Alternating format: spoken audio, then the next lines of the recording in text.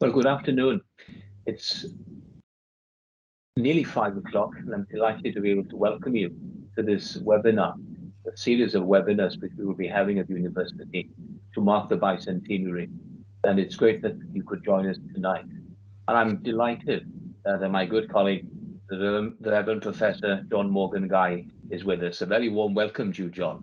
Thank you very much. There's certainly no need to welcome John or to introduce John to the university community as somebody who has served the university with distinction for so many years as our university archivist, a member of faculty, and has undertaken several fellowships within the university and other universities in the United Kingdom.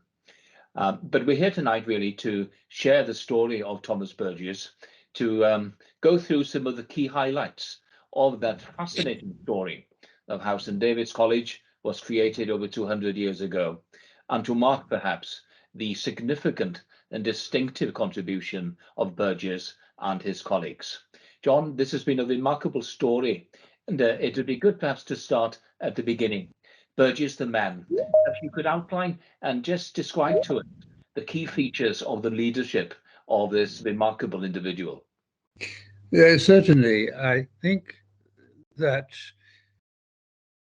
until now, understandably, the focus has been very much on Burgess in his capacity as Bishop of St. David's and the founding father of this university.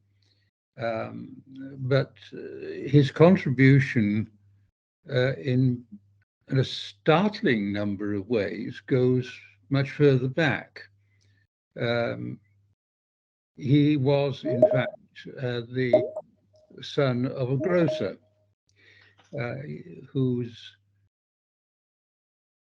from Odham in the south of England. And he was one of 5 children, 3 sons and 2 daughters. And he grew up in a small rural community. He was a bookish boy, as very quickly became apparent when he became a pupil at Winchester College. But the interesting thing about him was that he grew up in a family of what we today would call entrepreneurs. His father was a prosperous businessman. His second son, John, was sent to London as an apprentice in the same grocery trade as his father, but very quickly established himself in some pioneering ways.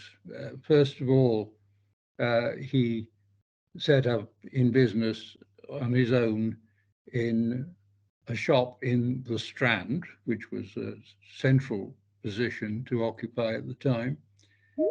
And as he was prospering in trade there, he launched out into what we now know as a mail order system.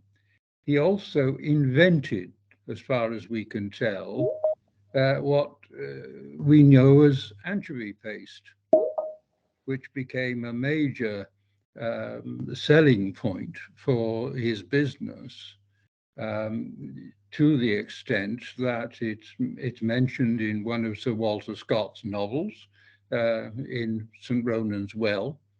It's mentioned by Lord Byron in one of his poems. And it is known that Burgess's anchovy paste was on board HMS Victory when she sailed to the Battle of Trafalgar. And it's quite possible, without exaggerating, that Burgess's anchovy paste formed part of Lord Nelson's final breakfast. So And the firm prospered and grew, launched out into all kinds of delicacies. And when I first came to Lampeter in 1962, you could still buy Burgess's horseradish relish in the supermarket. So that was the second brother who was to become one of the subscribers to this institution in its very early days, in fact, before the college opened. Um, and then there was a sister um, who married an extraordinary man called John Pinkerton. And Pinkerton, to not too fine a point on it, was a very able literary forger who actually parallels in his life um, Iolo Morganwg to a certain extent, because he published a book of what he called ancient Scottish ballads, um, which contained work which was far from ancient because it came from his own pen. And he was actually discovered as a literary forger. He later became uh, very, very unorthodox in his theology and even more unorthodox in his morality, and eventually ended up living in penury in Paris. But he, I think, explains why Burgess became so sensitive to literary forgery, uh, particularly over his concern for the discovery of Milton's De Christiana Doctrina, which Burgess felt was a complete forgery, and defended his position for a very long time. So the background of Burgess in terms of the family is extraordinarily interesting. It's a fascinating context, and clearly you refer to the entrepreneurial flair within the Burgess family. Yes, Um, yes, Once reminded, of course, by Roland Williams when he offered a view on Burgess's contribution to the life of Wales, where he referred to him as the best English prelate that the country had ever seen. And of course, one of the great bards of the period, Daniel the Geredigion, in a very famous cywydd, referred to him, of course, as Einadur new anoddwr, Cymro o'r galon yw'r gŵr. Tell us a little bit more about the vision, the focus of that entrepreneurial flair that Burgess had in developing a college within the country, and why Lampeter? yes.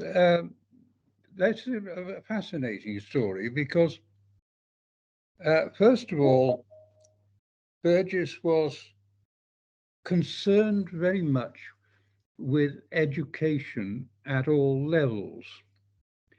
This became apparent in the 1780s when he was the examining chaplain to the then Bishop of Salisbury, who became a lifelong friend, a man called Chute Barrington, the Honourable Chute Barrington, who was Burgess's friend and mentor. Because in 1786, Burgess produced what is known as the Salisbury Spelling Book, which was aimed at children who were attending the Sunday schools which Burgess and Chute Barrington were founding throughout the Diocese of Salisbury. And when you go through it, it's more than a spelling book. It's not only a spelling book, but it's actually it contains interesting moral tales, and it'd be fascinating to know who wrote them or whether Burgess wrote them himself.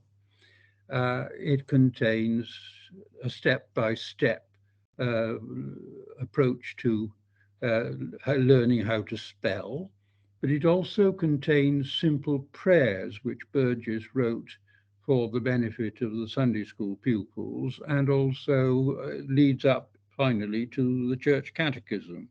So it's actually, you could call it a syllabus for very small children.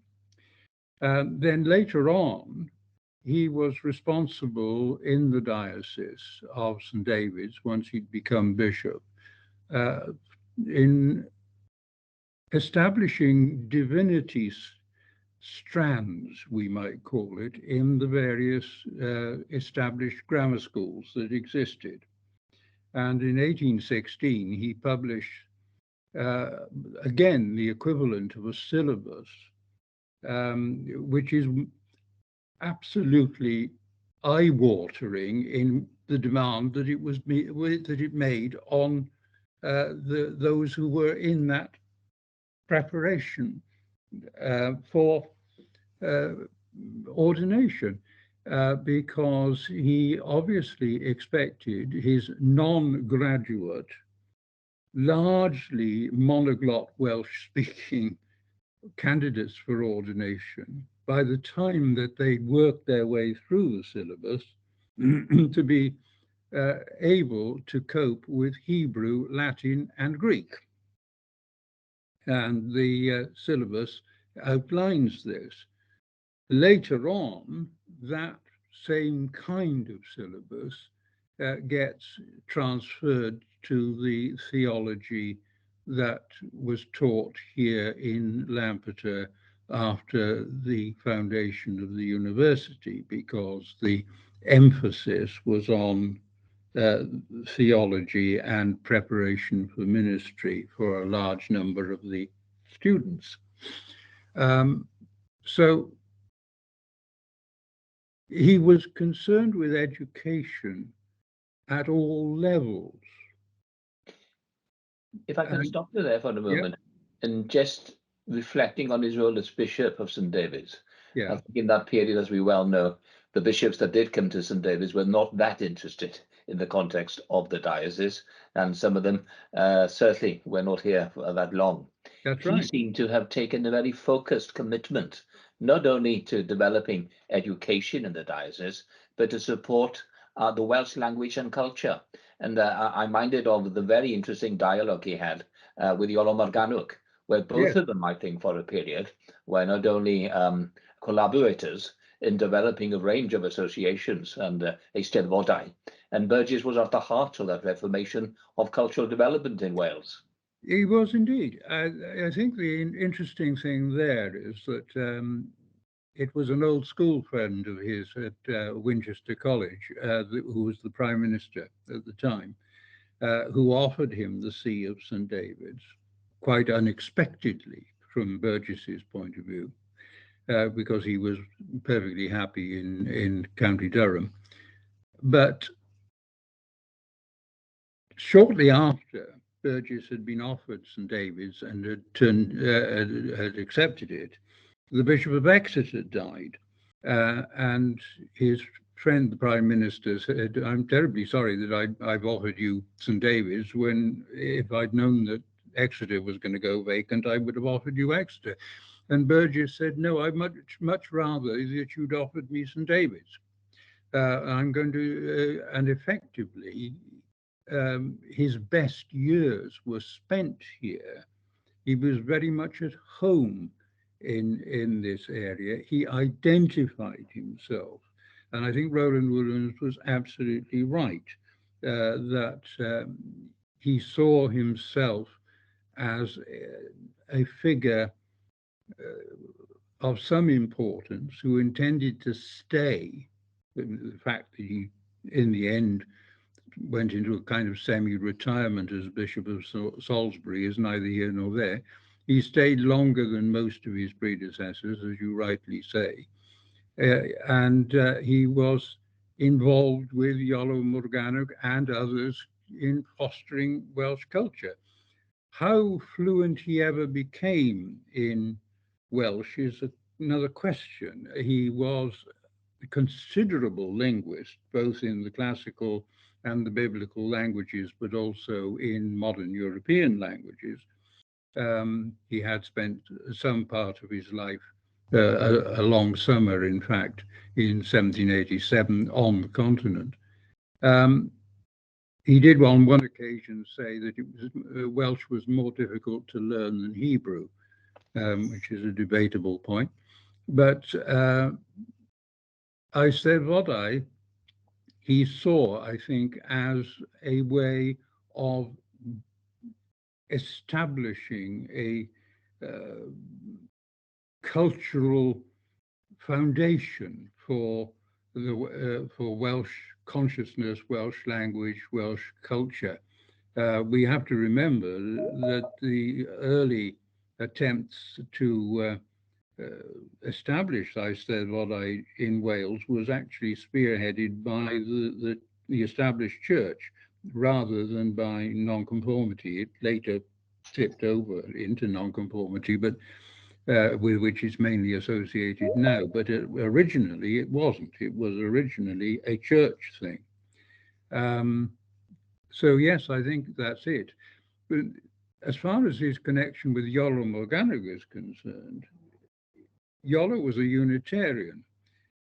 Burgess was vehemently opposed to Unitarianism. This was, after all, a college established in what was known as the Black Spot for the strength of Unitarianism here. But his dislike, indeed his opposition to Unitarianism, was an intellectual opposition. He got on well with individual Unitarians. He was an Orthodox Anglican, very staunch Anglican, possibly something of a high churchman in 19th century terms, pre-Tractarian terms. But that didn't mean that he didn't have respect for and was prepared to work with those of other views than his own on things that he thought were more important than denominational difference. And I think this explains his willingness to work with Iolo quite amicably. A man of great cultural interests, deeply committed to furthering educational opportunities in Wales, located, as you note, in the Spot Indy, the Black Spot, but also very much aware of the lack of opportunities for youngsters in Wales. Clearly, the scholarships in the north of the diocese in Bangor, and also looking to Cardiff, supporting youngsters to go to Oxford to undertake their theological studies, but nothing available, of course, within St David's. No, that's right. I mean, recent research has shown that St David's, not only being one of the poorest dioceses in Wales, had the lowest number of graduates among its clergy. And this was something that he was quite determined to redress. This accounts for the high quality of the grammar schools that were functioning and which he encouraged by having this strand of the divinity school, as it were, within them.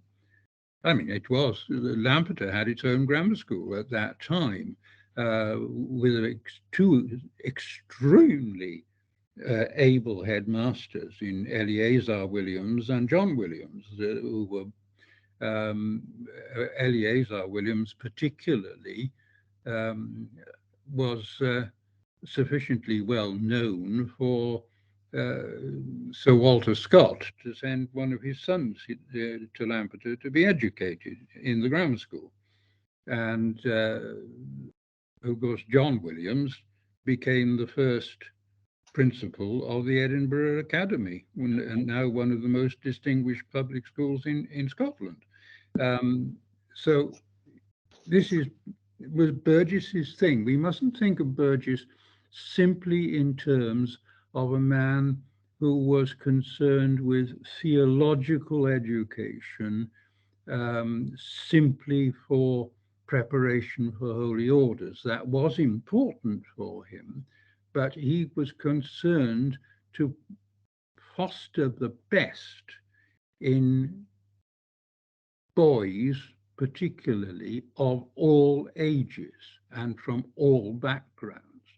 It's worth mentioning, I think, that when the college was opened finally in 1827, when he'd already gone from here, but his shadow remained over things, there was no religious test imposed on the undergraduates. Oxford and Cambridge, in their unreformed state, still had a religious test. Durham University, founded in the 1830s, had a religious test from the very word go. Lampeter in 1827 never had a religious test imposed on its students, so that although it was assumed that they would attend the college chapel, that they would attend Anglican worship in the college chapel, they were not necessarily bound to be Anglicans. And that, I think, is a tradition that this college has maintained ever since. And I think that's an important part of that narrative you refer to establishing the college. And then, of course, the opportunity where the first 26 students arrived on the 1st of March, which was the key event. But take us through some of the history and some of the tribulations in those early years of founding the institution, seeking the funding, engaging in the politics of the engagement, and the geography, of course, was in itself an interesting conversation. Why that particular location and not another location in West Wales? Yes, well, first of all, the college was not going to be here. It wasn't going to be in Lampeter at all. It was going to be in Llanelli Brevi, somewhere to the north. And a site had been allocated to the college in Llanelli Brevi, which happened, of course, to be an episcopal manor, so that Burgess could simply allocate a piece of his own property, if you like to put it that way, for the foundation. Now, the reason that Llanelli Brevi was chosen by Burgess is pretty obvious in its way. First of all, it was closely associated with St. David himself, not just because of that historic association, but for two other reasons. First of all, it was where the synod of Llanelli Brevi had been held, and St. David had confuted the Pelagians, and this was the equivalent of putting the college, which was to defend Anglican orthodoxy in this neck of the woods, on an ancient and historic site. The other reason, of course, was that there had been a previous college at Llanelli Brevi, which had been founded in the Middle Ages by Bishop Beck, and which had finally bitten the dust to the first Elizabeth. So there were historic reasons for him choosing Llanelli Brevi. In fact, he'd started collecting money for it. He had money for it. He had an architect's plans for it. He'd even chosen the first principal for it, a man called W.J. Rees, who was the rector of Cascop in the eastern part of his diocese. Very fine scholar.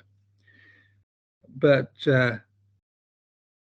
then circumstances rather unexpectedly brought it to Lampeter. It came to Lampeter because indirectly because of the financial embarrassment of the then Lord of the Manor of Lampeter, who was a man called Richard Hart Davis. Richard Hart Davis was the MP for Bristol and a Bristol businessman. But financially, he'd overreached himself. And to avoid the embarrassment of going bankrupt and therefore, of course, running into trouble with his political career, his Lampeter Manor, which he'd purchased himself and inherited some years before, was bought by his son-in-law, John Scandrett Harford. And Harford thus became the Lord of the Manor of Lampeter, to cut a long story short. And Burgess had met Harford. They were both staying with the then Bishop of Gloucester. And they had got into conversation, and Burgess had outlined his plans for his college in this part of the world. Harford became very interested in this and offered a site in Lampeter, saying you can have the college field, the castle field rather, for your college. The communications are very much better than Llandovery Brevi, which is in the middle of nowhere in terms of communications, and certainly was in those days. Whereas Lampeter is on an extremely important crossroads.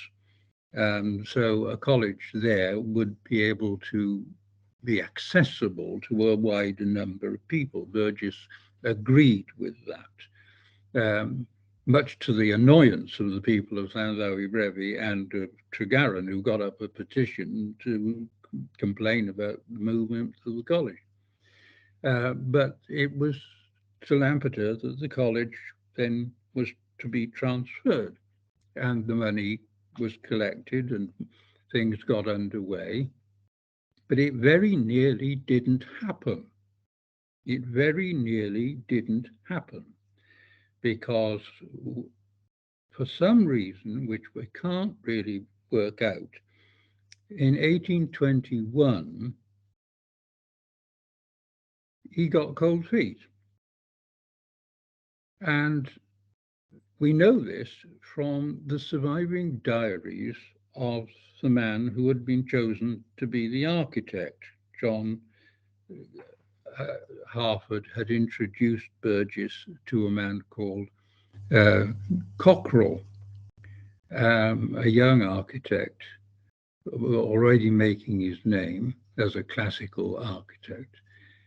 And fortunately for us, diaries of Cockerell survived for the very decade in which the college was being built in the 1820s. But in 1821, Burgess stalled, and he said, much to the panic of John Scandrett Harford and to the architect, I think we will put off the laying of the foundation stones of the new college for another year, not until next year, but for another year. In other words, kicking it into touch. This caused, to say the least, a fluttering in the dovecots, because the Bishop of Llandaff was, you might call, corralled into going to see Burgess to try and change his mind, and failed because there's an entry in Cockerell's diary which says, visited the Bishop of St. David's, who is of the same mind. In other words, despite the fact that he had £15,000 invested in stock, for some reason, he simply didn't want to proceed or was apprehensive about proceeding. What made him change his mind? £1,000 from the king. And that brings me perhaps to a very interesting link, and that Royal Association has been kept until at the present day. How did that initial relationship with the king be formed? Burgess was known to the king because of the Royal Society of Literature. The king, when he came to the throne after the long period of his regency in 1820, asked Burgess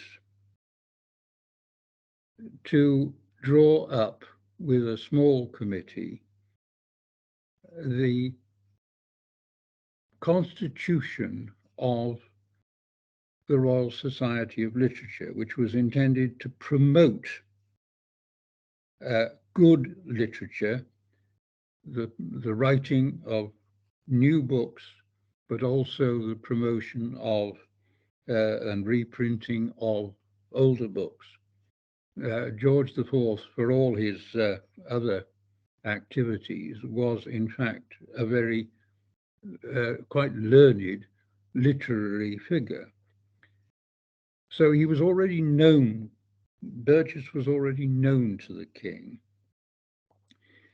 And this is where the Harvard connection comes in again, indirectly, because Richard Hart Davis, Harvard's father-in-law, was friendly with the keeper of the Privy Purse, Sir William Chambers, who looked after the king's personal finances, and persuaded Chambers to mention to the king the plans for the foundation of the college, and obtained from him the promise of £1,000 out of the Privy Purse. Now, first of all, £1,000 out of the Privy Purse was a considerable sum of money. You can transfer that into today's terms.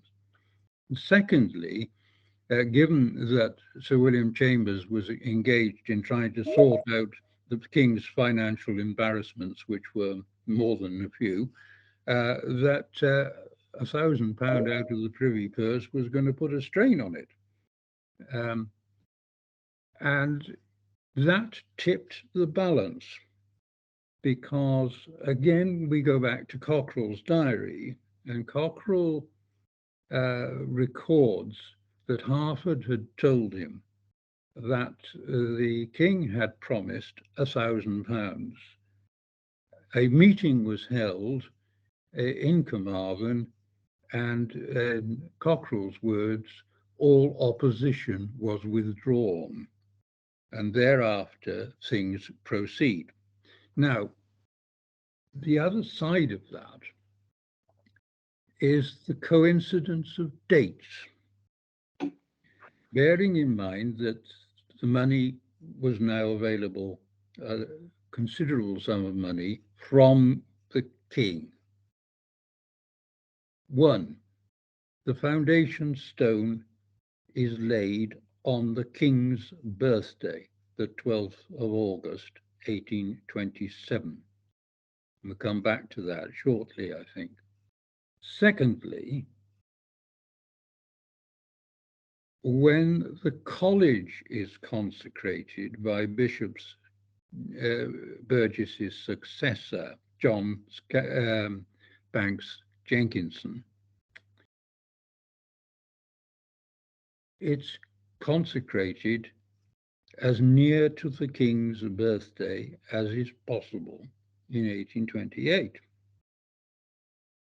The third thing is that the original opening date of the college was intended not for the 1st of March 1827, but for the 12th of August 1826, the king's birthday. The king's birthday 3 times crops up in the crucial foundation, and it is the king's coat of arms, George IV's coat of arms, which is on the main tower of the St. David's building. And I've had that coat of arms authenticated by Tom Lloyd, who is the Welsh Herald Extraordinary, as you know. And Tom says, yes, that is George IV's coat of arms that's up there. I think, although it's nowhere written down, and this is flying in, that what he really wanted, because for a very long time it was just known in all the correspondence as the college, what they all wanted was it to become the King's College of St. David near Lampeter, the King's College. Well, the foundation was laid, the opportunities were made available, Yeah. and a very exciting curriculum was developed. Yes. And you've already noted that it does far more than theology. And Yes. when one reads Burgess's letters, that focus on that humanistic approach. Take us through the distinctiveness of the Lampeter degree, because over the years, I think several scholars have focused upon that. It offered an enormous opportunity for youngsters, and it would be good to hear your view. What is the distinctiveness of that initial degree? I think primarily, again, we go back to the Foundation Charter here, which Harvard drew up very early on. Harvard says to Cockrell, who was a friend of his as his architect, I am going to draw up the statutes of the college. So the vision is as much Harvard's as it is Burgess's. And Harvard had been involved. He was a businessman. He was also a scholar. He was also a not inconsiderable artist in his own right. He was, in fact, a man with a broadly based humanistic education. He'd been on the Grand Tour. He had contacts, very high contacts, in fact, in Rome. He was a friend of Cardinal Consalvi, the papal secretary of state. And Harvard had been one of the founders of the Literary, Philosophical and Scientific Institute in Bristol. And the architect of the building, by the way, was Cockrell. What Harvard had in mind from the word go was that the college here would have that broad humanistic basis. With no religious test, with the strong emphasis on theology and the biblical languages, but nonetheless on a much wider basis than was then available anywhere else outside of Oxford and Cambridge. And in fact, in the unreformed Oxford and Cambridge, things were quite narrow anyway. Of course, an established chair in science, the first chair of Welsh, all of that related to St. David's College. That's exactly it. You see, when you come to those statutes, when you read those statutes, as William Price wrote some years ago, they bear no resemblance to what actually existed in 1827. They are a statement of an aspiration, and they're drawn up by Harvard's lawyer, a man called Plumtree in the Temple. It was maths, philosophy, and science, as well as Welsh, that concerned the founding fathers. I think we've got to put them together. The two men have got to go together. And this was far in advance of anything else that was envisaged at the time. And this leads us in, of course, to the establishment of the library here, which wasn't going to be a narrow theological library.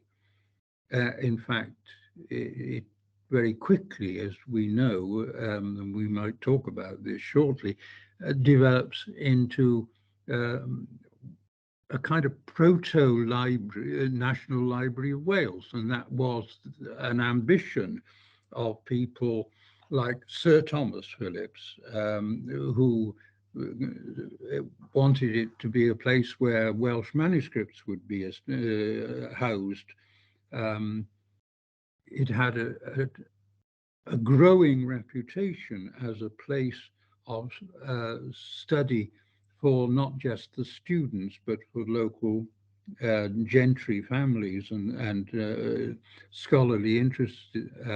Prince Louis Napoleon, for instance, one of the Bonapartes, actually visited the college in the 1850s. Now, why he came here, he came to see the library. So it was already an important centre of learning. Sometimes we forget the importance of that library, that collection. And Yeah, you've already alluded to Thomas Phillips. yeah. And while, of course, we're aware in the context of looking at the enormous experience and the engagement he had linked to the college, his association also with slavery. And tell us a little bit about his contribution Ah, and what were his aspirations in making such an enormous investment. well, it was an enormous investment. I mean, the Burgess had given the impetus to the library because when he became Bishop of Salisbury in 1825, he was able to relinquish the canonry in Durham that he had held in conjunction with St David's, because St David's was a poor diocese, and the only way he could make ends meet really was by holding the canonry in Durham. When he moved to Salisbury, he didn't need the canonry.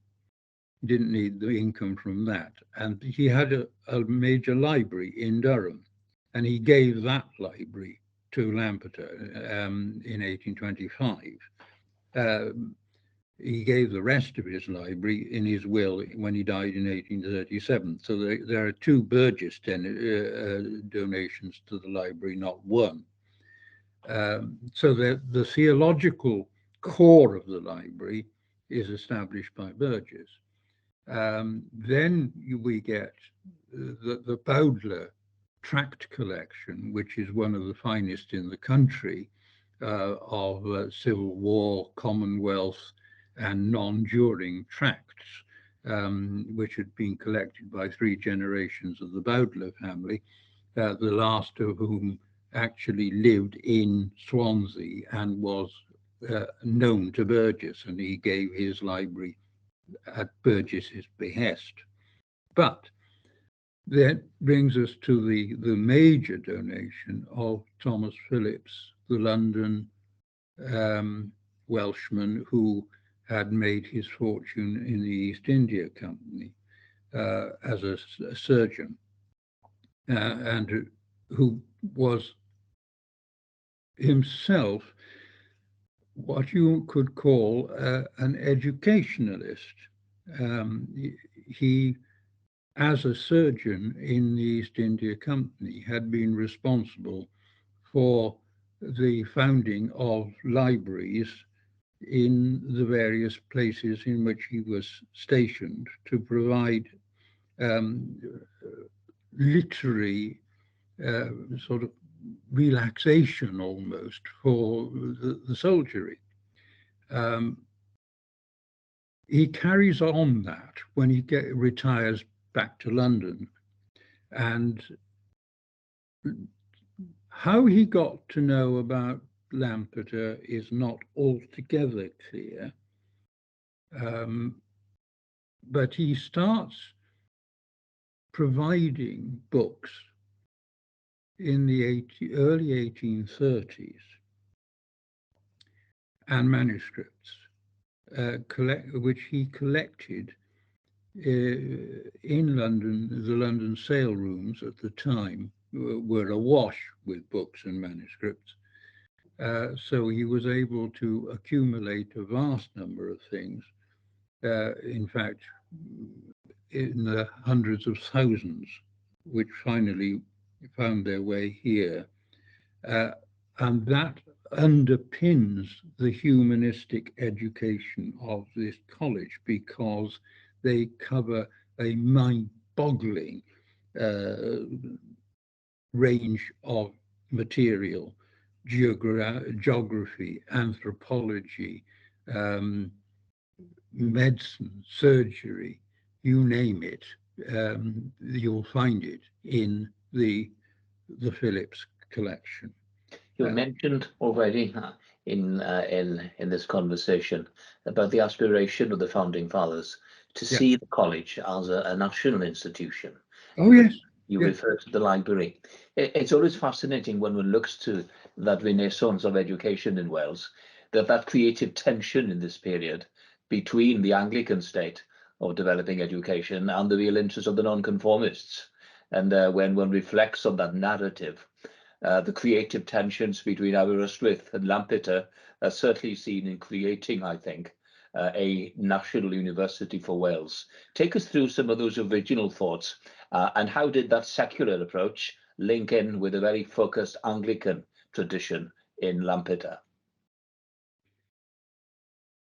I think the Anglican tradition has always been what you might call it the ground base. It's a recurring motif in the history of the college, and in all the various changes and chances, great care has been taken to preserve that ethos, if you like. Whereas the University of Wales, as it developed in the various colleges in Aberystwyth, Bangor, Swansea, Old Cardiff, was effectively purely secular.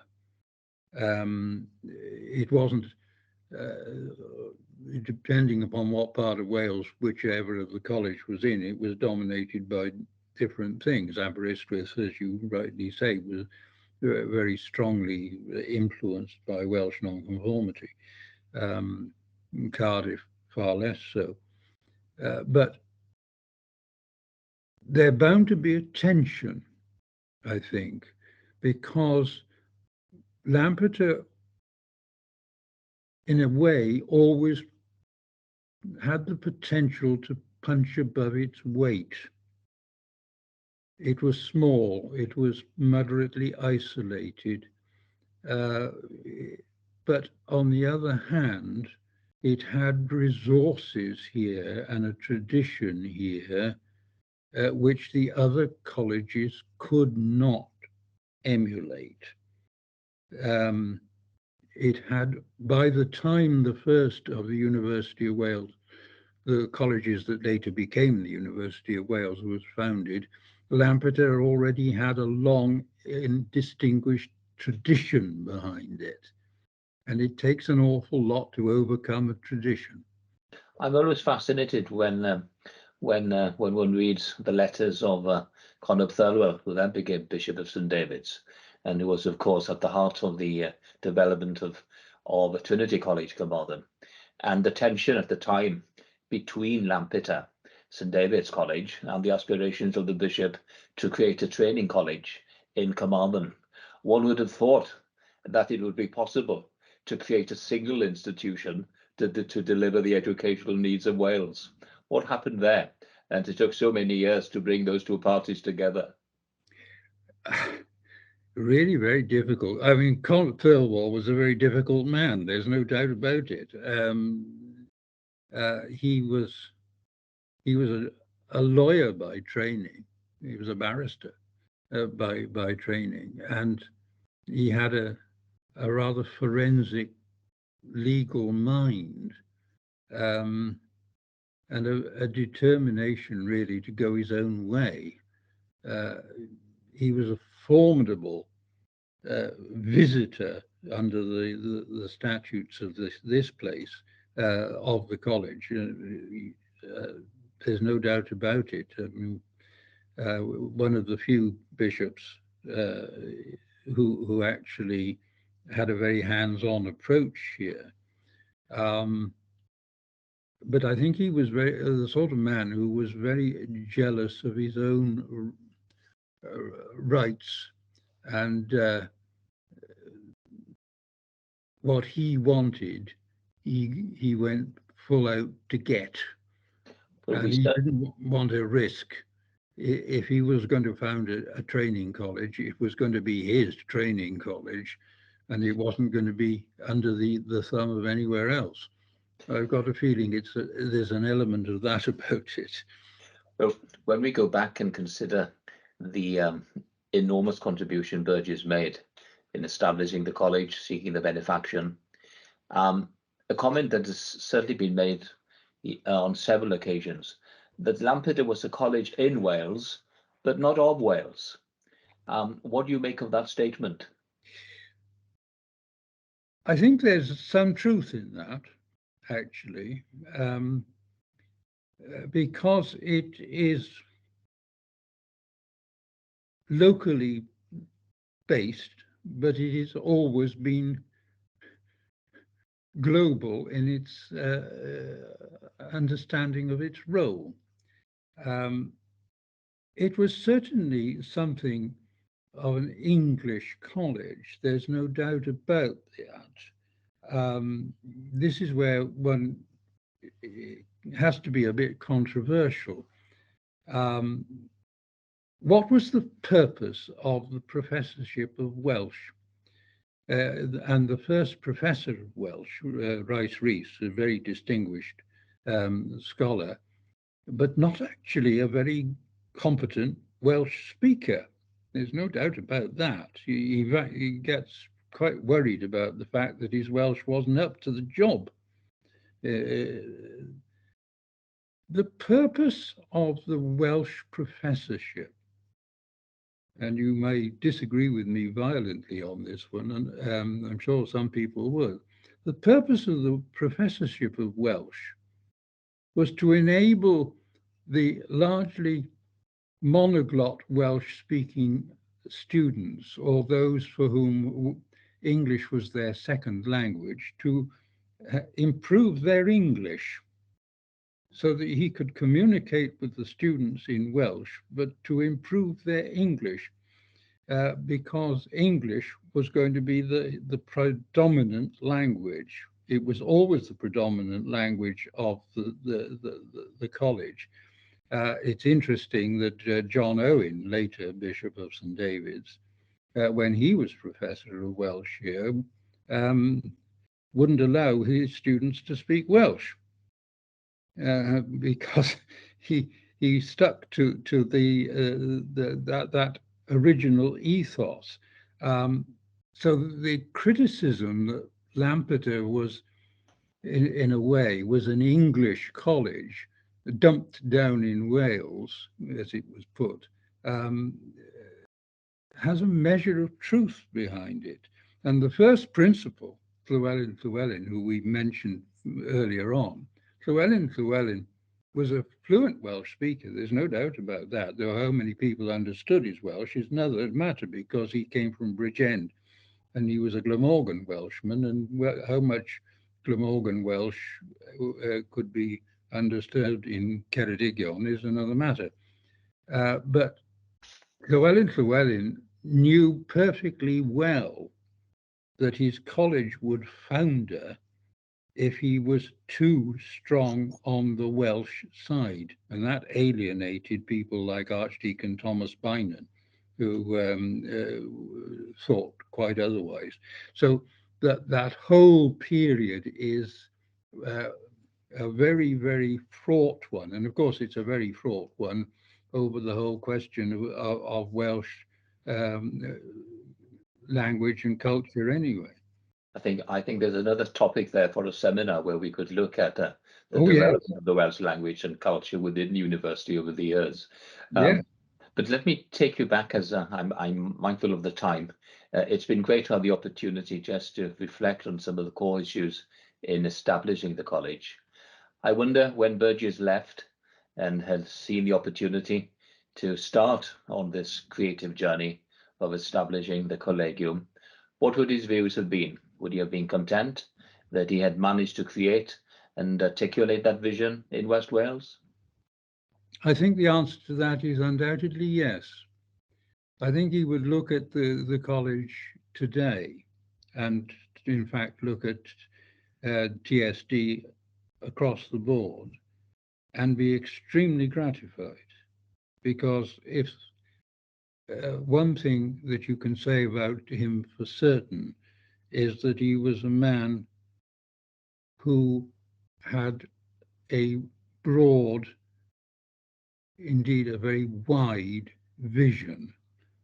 And he was surrounded by a group of men, Harford, Hart Davis, John Jones of Derry Ormond, who was the first treasurer of the college.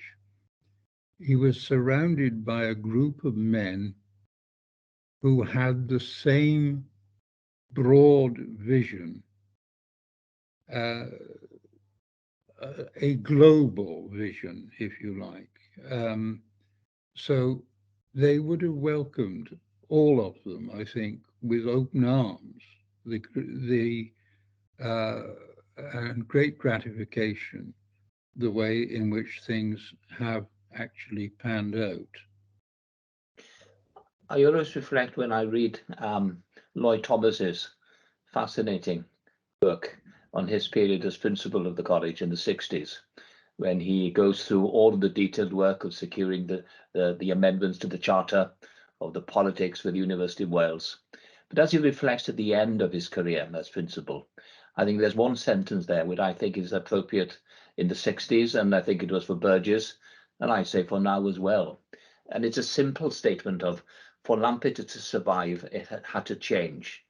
And would you agree with me that what was set by Burgess, that humanistic approach of establishing the college, offered, I think, a platform over the 200 years to be focused on those international aspirations, but also to have the confidence to change and to respond to the needs, be that of Wales or further afield? Oh, yes, undoubtedly. I think that there's a great deal of truth in what Lloyd Thomas said. It has always been willing to change. Those occasions when it wasn't have been the periods of stagnation in its history. And fortunately, they have been few and far between. Well, we've had an opportunity over the last hour just to unpick some of the key areas of the development of the college. Over the next 12 months, there'll be other opportunities as well. I'm extremely grateful to you, John, for sharing with us the narrative. I'm mindful that we've got 5 minutes left. There's an opportunity if colleagues on the call would wish to ask a question. I think that would be for the text function, but please do ask a question if anybody would like to. And I'd be grateful if you could identify the question within the text format, so I could share that with John if there are any questions. And as you reflect on any of those questions and write them down, I'll just ask one other question to you, John. In looking to those original founding fathers, you mentioned several of them. Who do you feel was the most important facilitator after Burgess in securing that the vision was taken forward? Was that Harvard? Harvard, John Scandrett, Harvard, and it is a matter of, I think, some interest that successive generations of the Harford family continued to have a considerable interest in the college for many, many years. And one of the strong supporters of Lloyd Thomas in his fight for the survival of the college was the then head of the Harford family. And I think they themselves would be very gratified by the continuity and the developments that have taken place here ever since. There are two questions which I ask you just to comment on briefly. The first from Bill Gibson, if you'll be so kind enough to share something about Thomas Burgess' commitment to the abolition of slavery, of his role there, and what you think his contribution was in making the case. Burgess wrote a very learned volume on the necessity of the abolition of the slave trade and ultimately the abolition of slavery. His position was that of a gradualist, but also of an educationalist. What he wanted, as he expresses in that, is, yes, that ultimately slaves should be emancipated, but not until they have been educated to a level at which they can take their full and fruitful part in society. So he was a gradualist in that sense. But it's interesting that when we look at the early subscriber lists of the college, a huge number of them were very prominent abolitionists like Wilberforce and Thornton and people of that, and Hannah More and people of that stature. I would say that Burgess, in terms of Christian morality, was in favor of the abolition of slavery, but he was also an educationalist, and he didn't want the slaves just to be effectively turned loose. And there's one final question that's been asked. I wonder if you could articulate a little bit more about Burgess's commitment and engagements for the rural environment. That's a very difficult one to answer. But it's perfectly true. Let me say that this comes through in his drawing up of the document which became the founding document ultimately of the Royal Veterinary College, because he, as a member of the Odham Agricultural Society, had drawn up the document of that society's aims and objectives, which included the clauses to do with the humane treatment and the proper training of vets, which ultimately, without going into detail because we haven't got time, morphed into the Royal Veterinary College. He, in fact, insisted, as he was on the London committee that brought that college into existence, he insisted on those original clauses for the humane treatment of animals and the skill necessary to treat their ailments being written into the foundation of that college. So in a way, you could say that he was one of the founding fathers of modern veterinary medicine. There's so many areas here we could focus on, but I think for tonight, I think we have to bring the conversation to an end. I'm so grateful to you, John, for the clarity of that conversation and how we have directed our focus on the role of Thomas Burgess. And for all of us, I think it's an opportunity to mark the distinctiveness of the man, but also to celebrate what was achieved. And as we continue on that journey, to recreate anew the real value of St David's College within the transformed University of Wales, Trinity St David. Many thanks to you. Diolch i chi am wrando. Good night. And thank you for the opportunity.